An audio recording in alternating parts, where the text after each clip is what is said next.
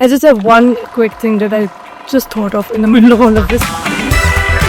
We are close to 24-25% in terms of the female. I would say that take ownership, don't wait for anyone to come and tell you what needs to be done. Yeah, so quite a bit, right? So at the end of the day, we are trying to solve problems.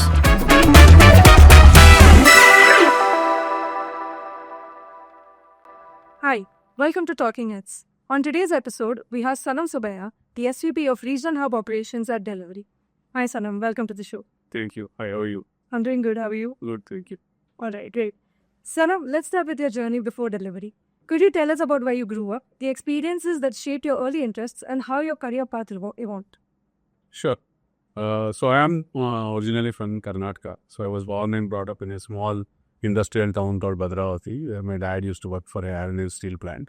So my early education and everything happened there. So naturally, growing up in an industrial town always picked my interest towards engineering. So then I did my mechanical engineering.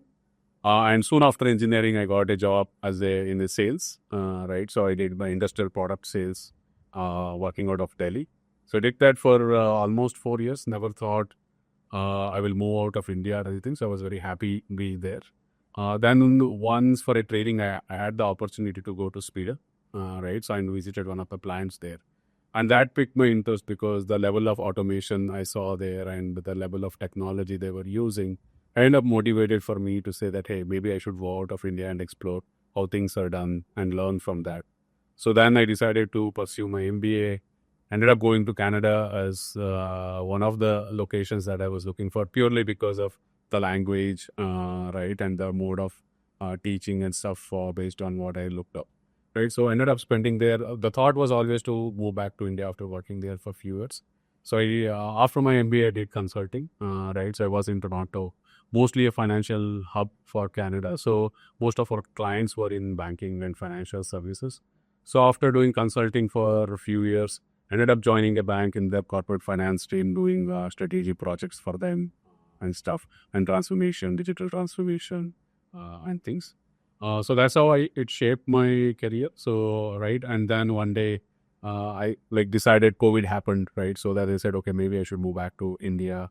And this opportunity at Delivery came about, right? So then I said, okay, let me go and give it a shot, right? And one thing that I've tried in my career or in my life is go out of the comfort zone, try new things, right? And stuff. So that's how, even though I didn't have a logistics background or a operational background, right? I decided to take the plunge, and so far it has worked out well for me. Great. And are there any similarities that you're seeing in the role that you have at Delivery today with everything that you've done in the past? Yeah, so quite a bit, right? So at the end of the day, we are trying to solve problems, right? So when I was working in sales as well, it was more like a solution sales where we're looking at how our products can help our clients, right, to make their processes better. Same when I was in consulting, right? And similarly when I look at the operations now, right? So it's always about how do we make the operations go better? How do we make sure that the shipments move faster, right, without any damages, right, or any quality issues? So one aspect of it is always the problem solving, right? How we things work better, and obviously leveraging technology and stuff. The other aspect is all dealing with people, right? So when I was even in consulting, right, working on projects, it always looking at, right, managing people. How do you kind of influence them? How do you motivate them, right? So in operations also similar, when you're managing large teams, right? So you're looking at, right, what motivates them? How do you make their lives better? How do you make sure that they see the vision that you see, right, and able to participate in that and come along and deliver stuff that you think can be done. Right. And having worked abroad and also studied abroad, were there things that you learned from there which sort of motivated you to also want to come back to India and apply those things over here? Sure. Yeah. So one thing that I learned there, right? So they are very process driven, right? So they look at everything and they want to make sure that the process is designed with simplicity in manner and robust, right? Because one of the things that you look at, especially in our industry, the attrition rates are very high, right? So if your process is strong, the controls are strong, right? So then bringing in new people, right, you ensure that there are not too many mistakes that happen, right? And also the level of technology that is being used there, and come with a more like a technology first kind of mindset, right? I felt that when I used to work here or when I was there, I didn't see the same level of matureness in that. So I thought that, okay, so something that I've learned, that I've experienced could be very relevant here to bring and implement as well. Right. When you joined Delivery, you stepped into a large, fast moving operations ecosystem. What were some of the early challenges that you encountered, and how did you approach adapting to the scale, pace, and environment of Delivery? Yeah, so it was night and day difference for me because I was out of India for close to 12 or 13 years, right? So when I started my study there and after my career here, so a lot of things had changed, right? So the India that I left, right, wasn't the same India when I came back. And for me, a lot of things were different, right? Obviously, right, the industry was new. Like I said, I didn't work in logistics industry. The role was new. I won't have managed operations as a role, so I was more on the consulting side or the finance side of things or the sales. So that was new as well. And also the geographic spread, right? So even though in consulting, we implemented programs where much stakeholders were within different countries and stuff, but managing such a diverse kind of operations, right? We had operations in like the big cities like Delhi, Bangalore, and also like the remotest kind of smaller towns like a tier 3 town in India, right? And the motivations of people working in a tier 3 town is very different than motivations of people working, and also the levels, right? So the blue collar, the laborers who work in our facilities, right? So it's very different. So obviously that was a challenge, right? Travel to those locations, understanding the operations there, the processes there.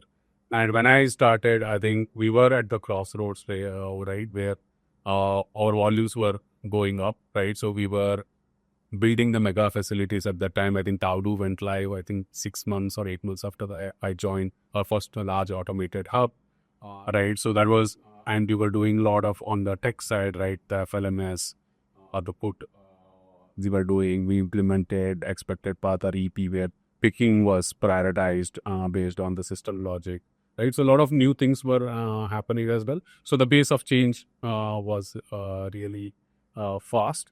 And then the COVID second wave hit, right? So I think that disrupted the operations quite a bit, right? So although we had some experience managing through the COVID first wave, but the second wave was even kind of challenging because of the amount of impact it had on people, right? And we had to kind of make sure that the facilities are clean, hygienic, right? And manage that we don't get any major kind of COVID implications of the spread that was happening.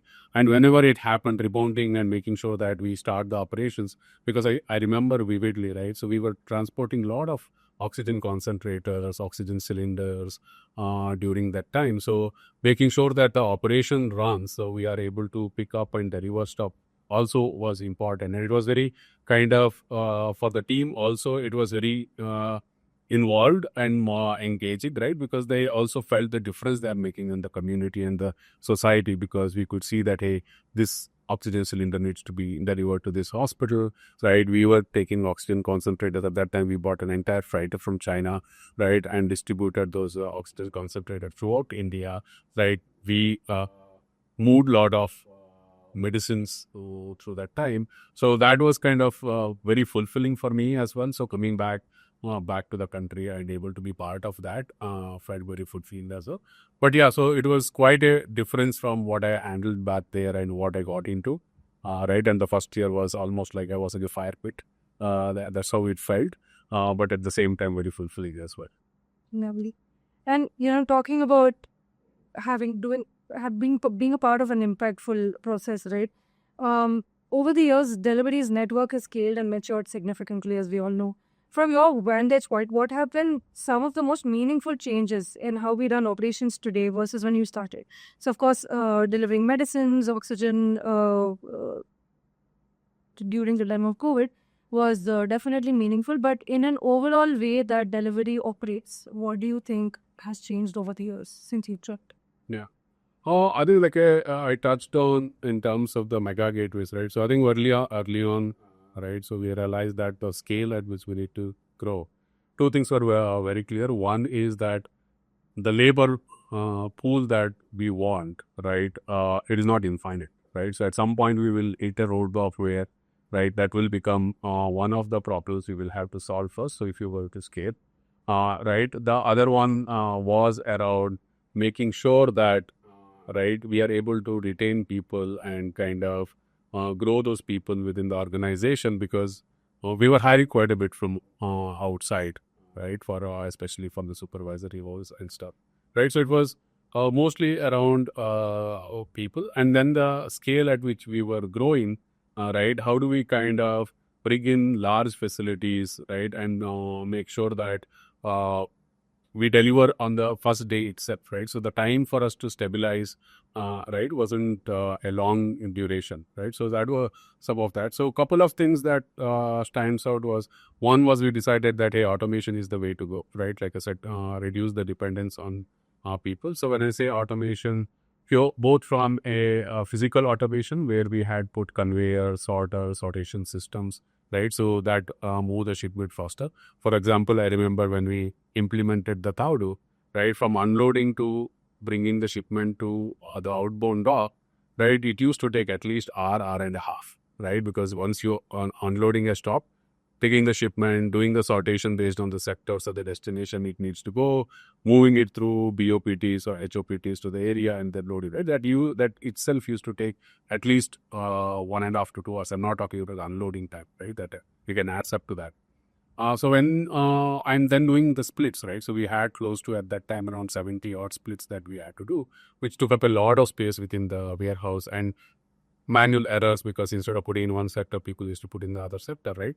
So I think automation helped, right? So when we put that bag sorter in, that time reduced to like 20 minutes, right? From dock to dock, we could bring it to 20 minutes, right? And obviously the error rates dropped because the sorter was able to do it much more reliably than what a human could do, right? So that I think became our template for us to kind of say that we need to build mega gateways, right? So then we came up with a mega gateway in Bombay, Bangalore, Hyderabad, right? So we have bag sorters now in Chandigarh, right? So that was one of the key things that we implemented during that time to manage the scale. The second philosophy we went up with was, right, so more and more rely on system direction rather than people have to take decisions based on judgment, right? So because of the high attrition rates or the churn rate we had, right, bringing in people, if they have to train them for 1 week to make how they decide on what needs to be done, right? So that became a challenge, right? So we implemented what I call the FLMS, floor layout management system, where we know where exactly the shipment is placed, right? So that whenever we have to prioritize certain shipments, we know where in the warehouse it is, right? We can think about Taudu being like a 5.5 lakh square foot facility, right? If you misplace the shipment, it is very hard for us, anyone, to go and search, right? And then we implemented the expected path logic, wherein and a pick list where shipments could be dynamically routed to take advantage of our mesh network, right? So that kind of built a lot of robustness in our and stability in our operations. If any of our facilities fail, we could easily react to and manage how the routing happens and de-stress that facility, right? So I think those were the key big changes that we made during that time. One in terms of automation, building mega facilities, doing bag sorters in, and then our how do we manage the FLMS and the pick prioritization, so that people don't have to rely on the memory or judgment to know which shipment needs to go, when it needs to be loaded and stuff. Everything was kind of given through the system. People just have to execute based on the direction for the system. The other big thing I touched on was the attrition rates, right? So when we started, right, so we looked at the labor pool and said, hey, this labor pool is not infinite, right? So we need to do this.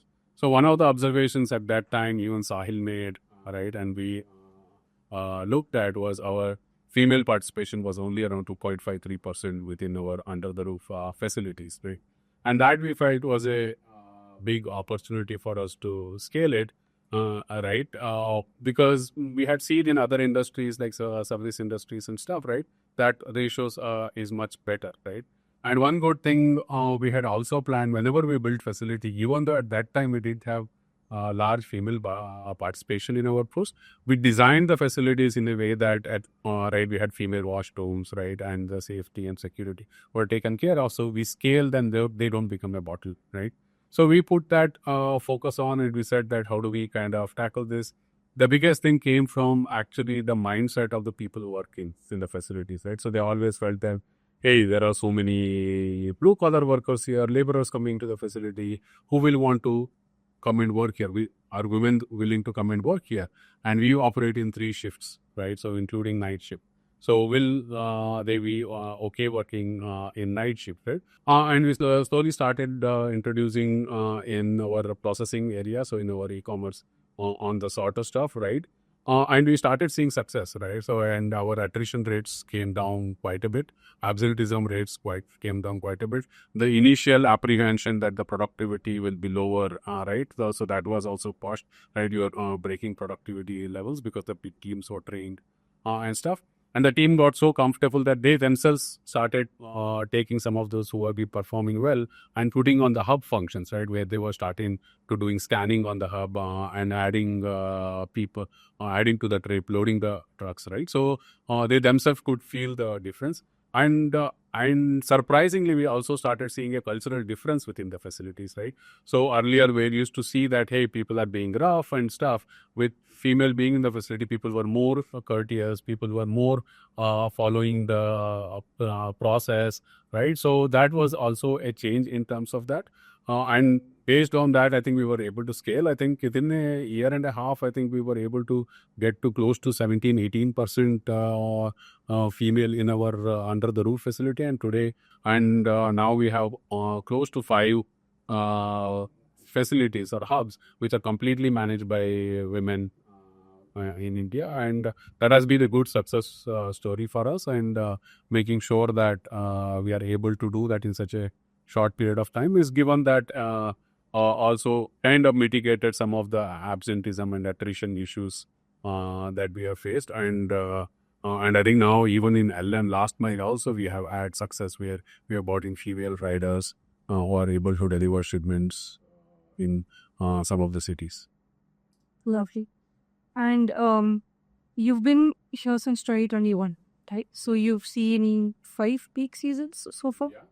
Right. So since you've navigated multiple peak seasons, including the ones during COVID and then the ones right after COVID, to the peak season that we had this year, what leadership lessons or principles have guided you during these high pressure periods? Yeah, so I mean, the peak is one of the most, I would say, challenging times, but also the most anticipated event for us, right? Because that is when we kind of handle more volumes, and that kinds the growth rate or the stepping stone for the next year for us, right? And I still remember my first peak when I came, right? And I think it was in Calcutta. We had torrential rains, and the facility was almost flooded, right? And to the extent that people had to, and I was there, we were taking like open body trucks from the main gate to our facility because we all had knee deep water until there, right? And what always amazed me was even during such a time, right? We hardly had any absenteeism, right? Everyone came to the facility, right? Participated in the peak, did their work. Probably it was taking them at least an hour and a half to come to the work as well. Because of the weather condition and the road condition that was there. But yeah, I was very kind of pleasantly surprised with the commitment that people showed, right? And I when I look back and right, it comes down to people feeling the ownership, right? And people knowing that, look, it is someone who has ordered a gift for his mother or her sister or brother or some of their relatives, right? So they feel that ownership that, hey, I need to make sure that it gets delivered because they're expecting this for before Diwali or before some occasion that they are waiting for it. It could be the first phone for someone. It could be a first television for someone in their house. So we could kind of see that ownership in people, so which is really nice when you think of it. And also I think it is an adrenaline rush as well, right? Because you are all heads down, and it also looking at the number. So this time every facility thought we will break the record of the previous peak, right? So I remember Taudu doing 4 lakh bagging out and putting up the banners and poster. And recently in this peak I was in Calcutta, right? So they putting up, okay, we broke the 2 lakh record bag in bagouts, and every facility, how small it might be, right? As facility in Hubli would send, right? And the amount of emails that people send and the pictures that you are able to see where people are excited about breaking those records gives you that adrenaline rush. So peak is always an exciting time for us, although the busiest time for us, right? And I think from a leadership standpoint, because like I said, it's a very large network, right? You can only manage through empowerment, right? So your teams on the ground need to know that it is important, right? Every shipment matters, right? Everything needs to be delivered on time. Quality matters, right? Delivering a damaged shipment, you are going to hurt someone, right? So people are waiting for those, right? So as long as people understand that, and we have been able to build a culture where people are taking ownership and making sure that things happen, and they are able to make decisions on the ground, right, based on the boundaries that have been set, so that speed matters, right? So that I think is the biggest enabler for us, right? So our teams on the ground are able to move fast, take the decisions on the ground fast, right, and reach out for help. And then the collaboration, because it will invariably happen that one facility will have an issue, right? So then how does the facilities around it come to support them, right? So people travel during this time, right? A lot of people are on standby, right? If support is needed, right? So right, I remember Guwahati, this peak, right? We relocated the hub just before the peak. And suddenly there was a sad incident around the singers being passing away, right? And the facility was shut down, and the city was shut down for close to 3 days, right? So we knew that, hey, there will be a lot of file up that will happen during that time, right? So as soon as we knew the facility, we were allowed to operate, right? Few teams flew in from different locations. We were able to get them there. They all worked there for 3-4 days, and within a span of, I think, 4 days, we were back to normal, and lab was fully operational, cleared out all the backlog and stuff. Right? So things do happen every peak. The lab, or at least if you talk to anyone in delivery, they will always be able to give you one interesting story of the peak where something happened and they all had to jump in and support, and that's what keeps the life exciting for us in operations. Right. And like you mentioned, when we look at delivery on the ground, we see teams going out of their way to make things happen. Now, like you said, like different teams will come in to collaborate to help out if another team is stuck somewhere, especially because in operations you see that happening quite frequently. So from your perspective, right, you mentioned a phrase, every shipment matters. From your perspective, what is the spirit of every shipment matters to you? Like, what does that mean to you personally? And how do you try to build or reinforce that mindset within your team specifically? Sure. Yeah, so like I say, right, so the COVID example is a great one, right? During that time, like when we were moving oxygen concentrators or oxygen cylinders of medicine, it was very easy for us to make people relate that why it is important, right? As a industry, as a company, right? Logistics is the backbone of any economy, right? So that was, it become much more real for them when people see that. So keep reminding people of that, right? So this is not just, you are not just doing a job of moving one parcel to here or one shipment to here, right? How does it kind of stitch to the bigger scheme of things, right? Both from a macro level, for some people, you need to say that, hey, look, you are in an industry, right? If India needs to move to the next level as an economy, right? So logistics plays a big part, right? And we keep talking about how the logistics cost in India is 14% compared to much lesser in the developed part of the world, which means that we are part of that whole revolution in India where we want to streamline, optimize, make it more efficient to bring it from 40% to 5% or 6%, right? Then at a very micro level, you are kind of showcasing to people that, hey, this got delayed, right? And this is the impact of that, right? There are a lot of customer testimonials there from both the positive and the negative, right? There are testimonials where people will say that, thank you, the shipment reached on time, we were able to do that, right? I remember in one case, we were able to deliver one bone implant, right? And the person had to undergo surgery the next day, right? So we once that happens, we are able to share that messages with the broader team so that they realize that, hey, this is not just a shipment, it is saving someone's life. At the same time, also the other side is like, when do shipments get delayed, right? How do people take ownership of it, right? And sometimes we have gone out of the way where our manager and TL have personally gone and traveled and delivered the shipment because we knew it got delayed and it was important, or we have flown the shipment, right? So then sharing that stories with the teams as part of whenever we have the interactions with the teams makes them realize that, hey, we are it matters, right? And we are making a difference, and that intrinsic motivation is very important. Otherwise it becomes a metric, right? Otherwise you say that, oh, you are 95%, 96%, 97%, right? But that one shipment matters for the person who didn't get it, right? For me, it still we show that, hey, we are 99.9%, but still, for if that shipment is important for them, right? It is important for them. So bringing that feeling among the teams and constantly sharing the successes and also the pains, right? Makes it real for them, and they are able to relate. And we are able to build a culture that people realize that they need to take ownership, right? And drive to conclusion whenever they see that there is an issue and a shipment is delayed. Come what may, right? Because we have picked up means we have to deliver. That is the commitment we have given to the client and the customers, and everyone needs to take ownership for that. So you've led large teams across hubs and on-ground operations. When you're building and nurturing teams, what qualities or behaviors do you look for in a strong operations professional? You mentioned ownership, that it's a strong quality to have, especially when you're working for a company like Delhivery with the kind of scale that we have, a network that we have. But apart from the sense of ownership, what do you think are the skill sets that someone should have if they want to have a career in operations? Sure. See, operations is a very kind of routine job, right? So every day you are coming in and doing kind of the same stuff day in and day out. So I think the people who are very disciplined, right, in their approach, right, so they will succeed well. The second I would say is being data oriented, right, because numbers don't lie.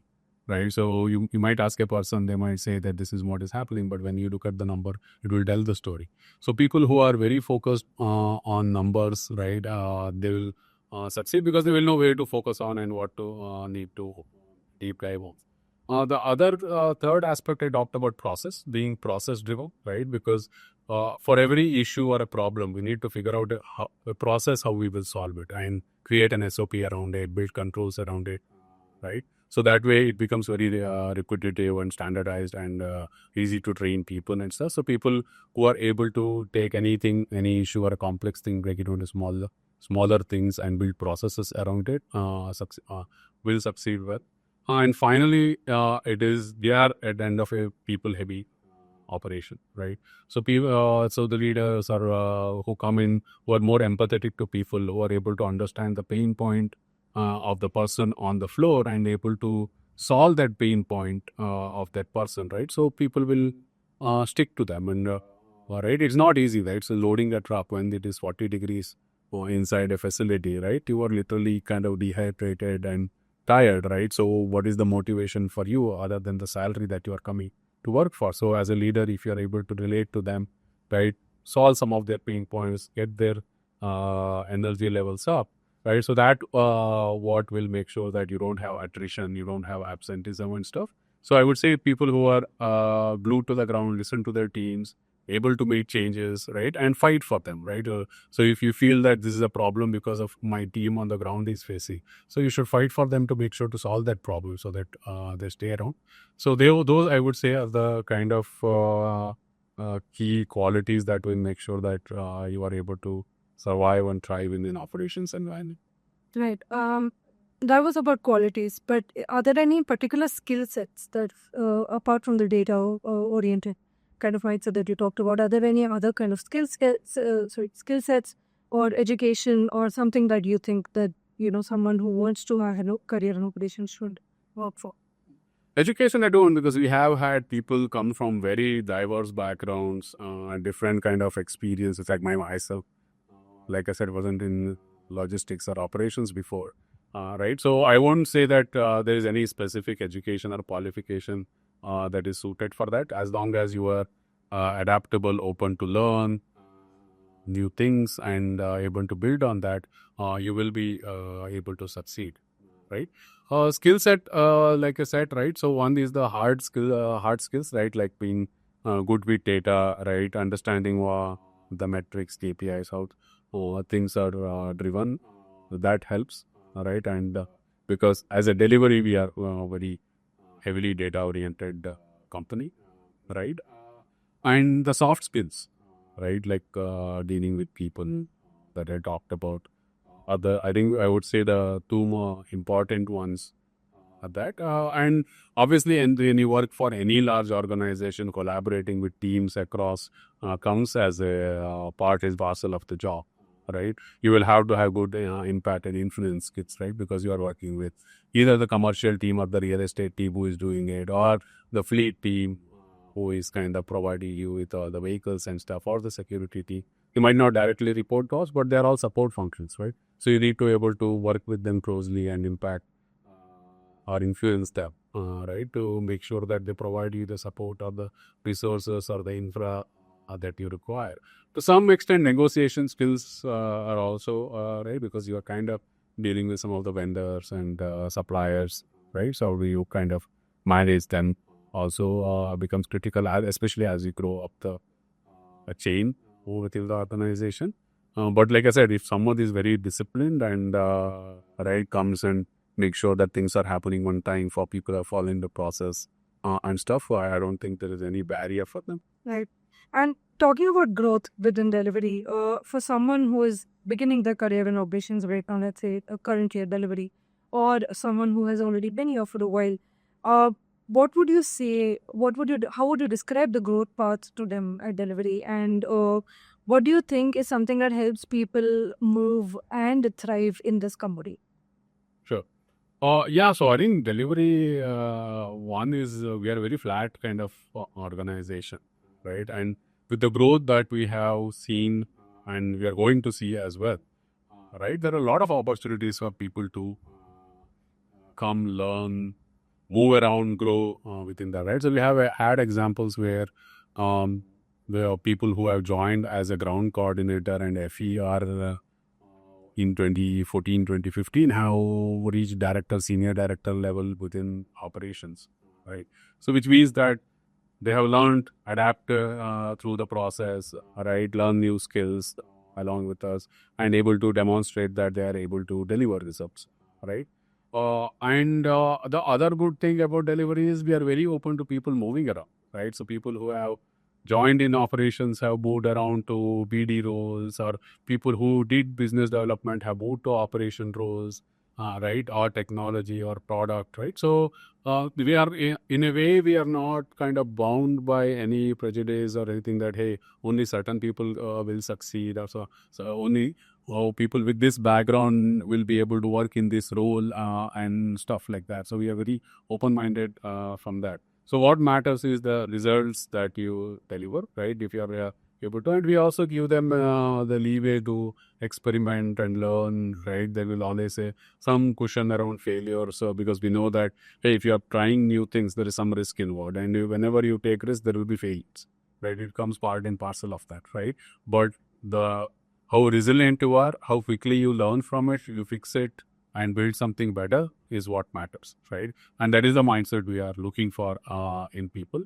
And like I said, age, gender, your education, qualification, where you come from, what language you speak, nothing matters, right? So we will give you the opportunity, you come, right? You learn, you build, right? And you deliver, and it is very transparent. So the other good thing about for us, like I said, we are very data oriented. Every performance is measured. It is very black and white to know who has performed, who has not performed in operations for your facility based on the numbers. So what the decisions are very objective in terms of if this person is performing well, how do we make him or her do more and right and take that next step.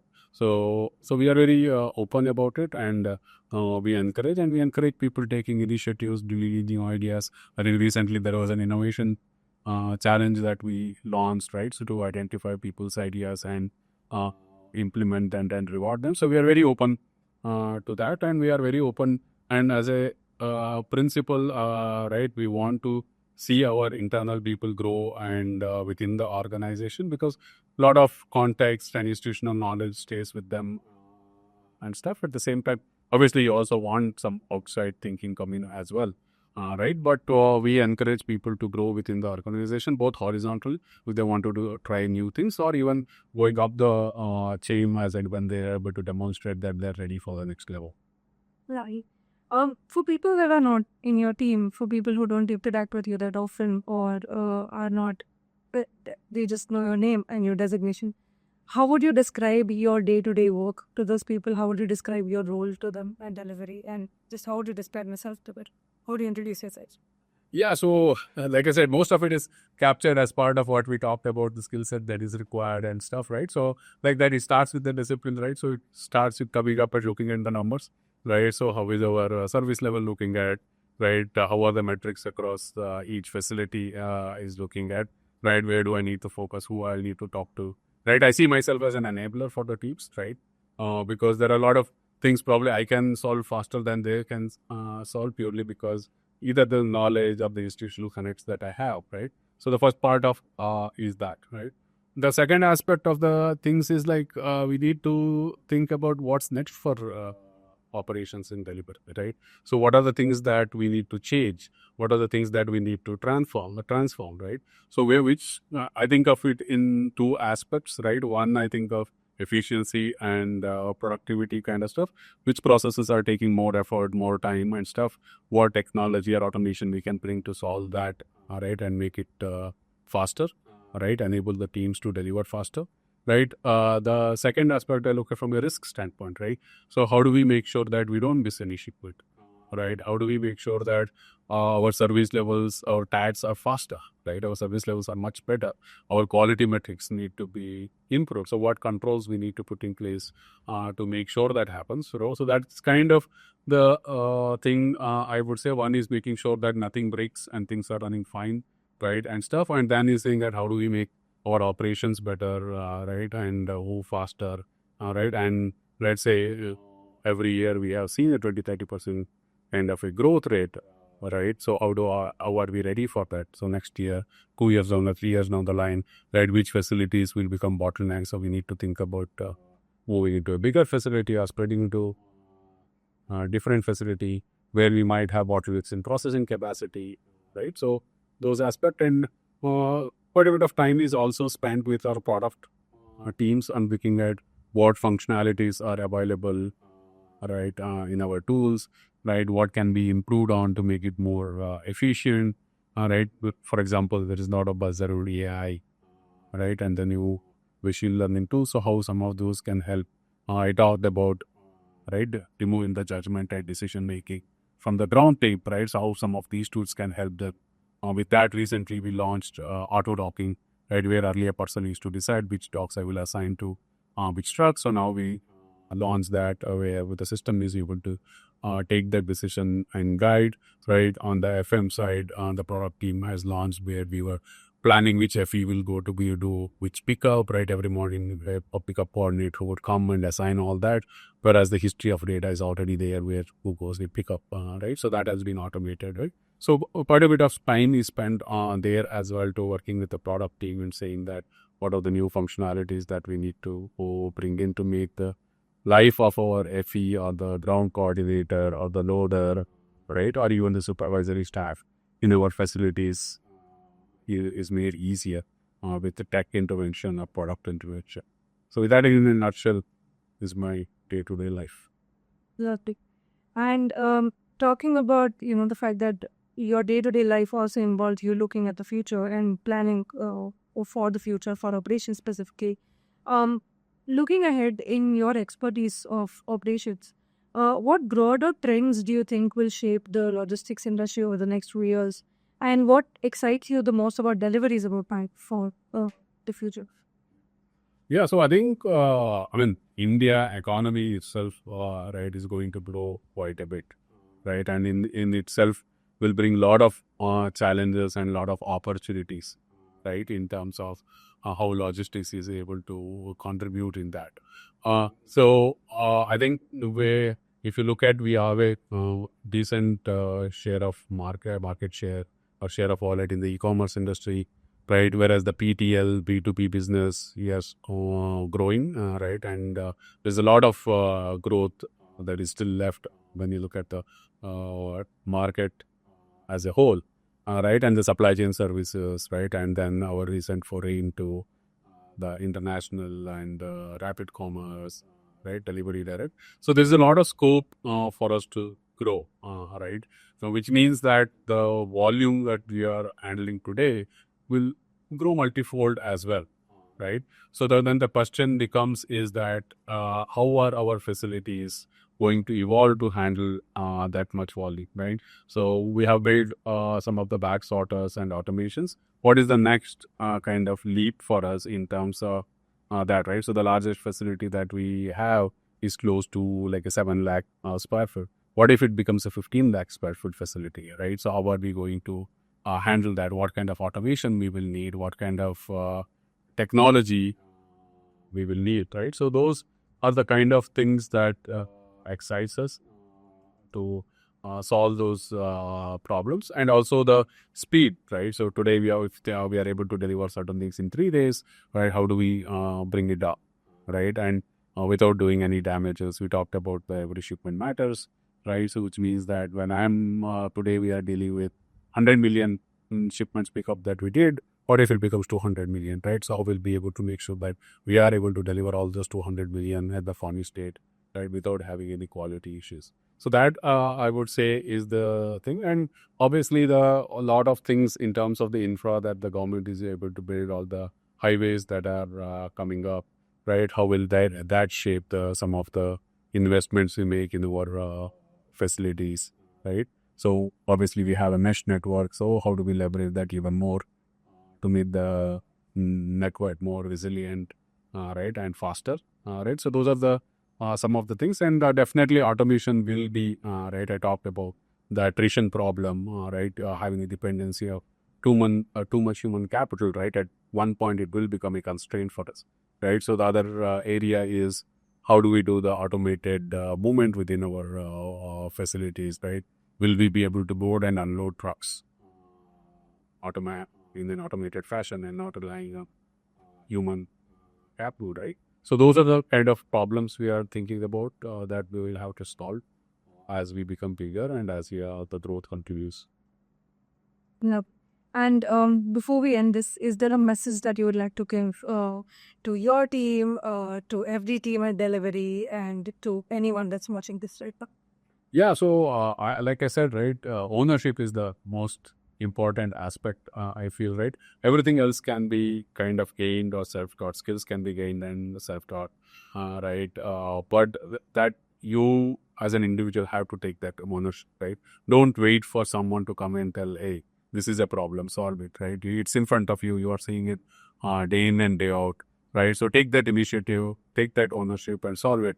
What is the worst thing that can happen? You will fail. We all have faith, right? So it's not anyone coming and saying that every decision I have taken has worked out well is probably lying, right? So there will be failures, right? The answer is how quickly you learn from them and move on, right? You dust yourself, get up, right? Deliver the next challenge.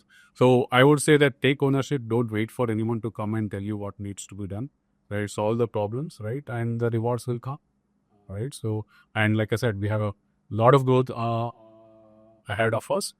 So a lot of challenges, a lot of problems to be solved ahead of us, and people who will be with us and solve that will grow with us. Landy. Thank you for watching this episode, and stay tuned for more. If you have a particular leader that you want to hear from or questions that you want to ask, please feel free to reach out to us.